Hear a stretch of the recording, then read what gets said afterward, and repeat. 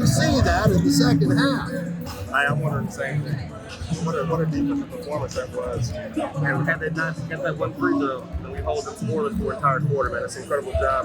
And the entire team played the fourth quarter. So it was talking about a team effort. That really was a team effort defensively in the fourth quarter as far as the defensive effort. 7 points in one half. It's just a phenomenal job overall from our team right there. It was tied 4-point ball game at the half. The numbers, rebounding, turnovers, everything was close and indicated that. But in the second half, you end up with a plus 23 in your rebounding numbers. Midwestern ended up turning the ball over 27 times. They're going to block shots. They'll always do that, but they finished with just 6 assists. You don't get many of those if you don't score many points. No, but we showed defensively what we're capable of without arguably our best defender too. With Juliana Lewis not playing this game and people had to step up. And I'm incredibly proud of how we stepped up. Layla Lawrence, great performance.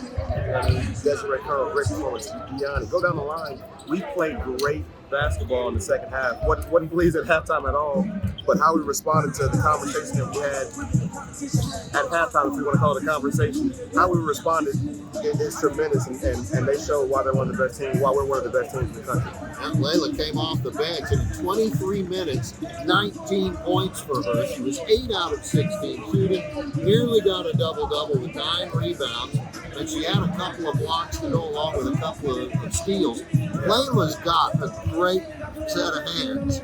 She does. And a nice soft touch. She can disrupt the hot pass.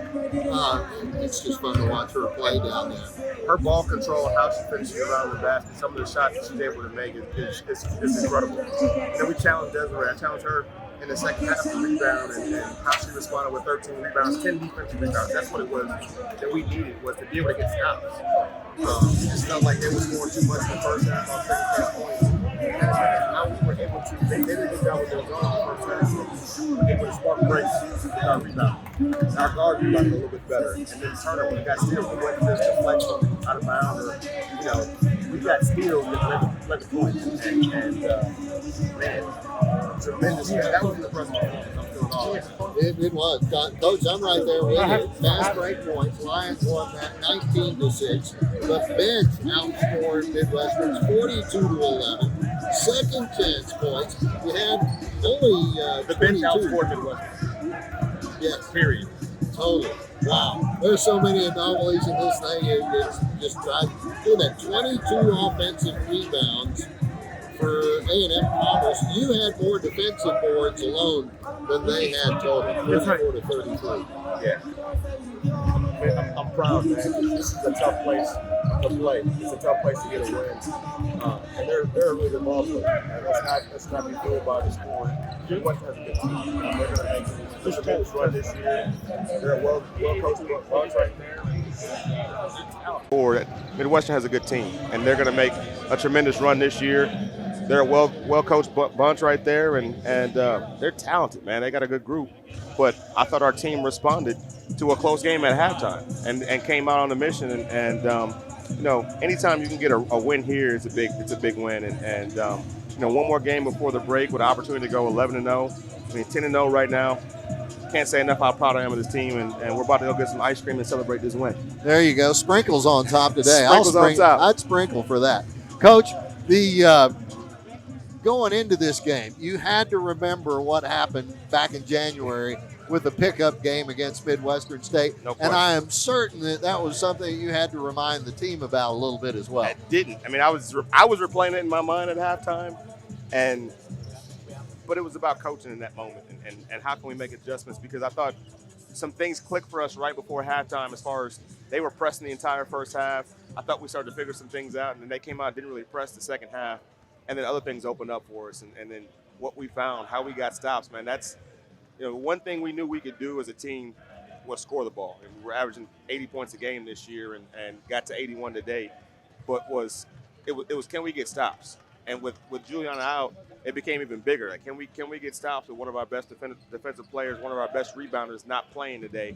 And they responded to the challenge, and that's what it takes to win this league. I'm keep saying this. I think we're 3-0 in conference. We played 3 conference opponents, but that don't count on our schedule. They don't count until after Christmas, but this is the same type of game that we have to play when it comes to conference play here. One more game.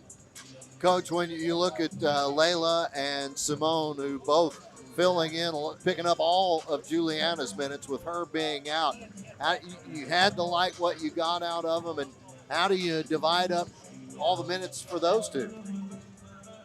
It's been a team effort this year. It's going to continue to be a team effort, and as people get their opportunity to play, they've done a good job of responding. I mean, how about Victoria Hinton today and her minutes at the end of the game and what she did? They had their starters out there. So, she scored some big points over Hannah Reynolds, one of the best shot blockers, not just in the league, but in the country. Yes. And she was able to produce today, and she was able to rebound today. And the job that Mack and Shipley did when they came in the game, I thought I challenged them to make the most of their opportunity today, and they did that. From the record books, from what we could get looked up, Avi was jumping all up. This is the largest margin of victory by either school on this floor in the last time that the Lions are going to come here for a Division II game. Man, it's bittersweet as you start thinking about it and how many great memories I've had in this gym. This is the last time that we're going to play here. And maybe, but as a D2 member, yes, as a absolutely. D2 member, this will be the last time that we play here, and it would probably take them going to Division I for us to come back here for a game. Yep. But with that being said, man, I thought you went out with a bang. We went out with a bang, and that's can't say enough how proud I am of this group. Winning on the road at TW earlier this week, again today, and there's a lot going on. We got finals going on. There's been a lot of things with that, the mental stress that they've had to do. We got Reve, who's graduating on Saturday, and she gets to walk across the stage and get that degree. So there's a lot going on, and to still be able to keep that mental focus and come out here and win a game like this, it says a lot about our ball club. All right, I want you to tell Reve she finished today with 4 points, 2 boards, so she had 4 pigtails today. So if points and pigtails have any kind of relationship, she needs to go more. She needs a lot more. I got you. A lot more pigtails. All right, Coach, congratulations. Just a staggering victory over a really good Midwestern State program. And Chris Ray is getting back up. They were surprising some people early, but you could see why. But there's a couple of times when they need to check the lug nuts a little tighter, and this was one of them. What a game. We're a tough team to guard or to play against because we can just keep going, man.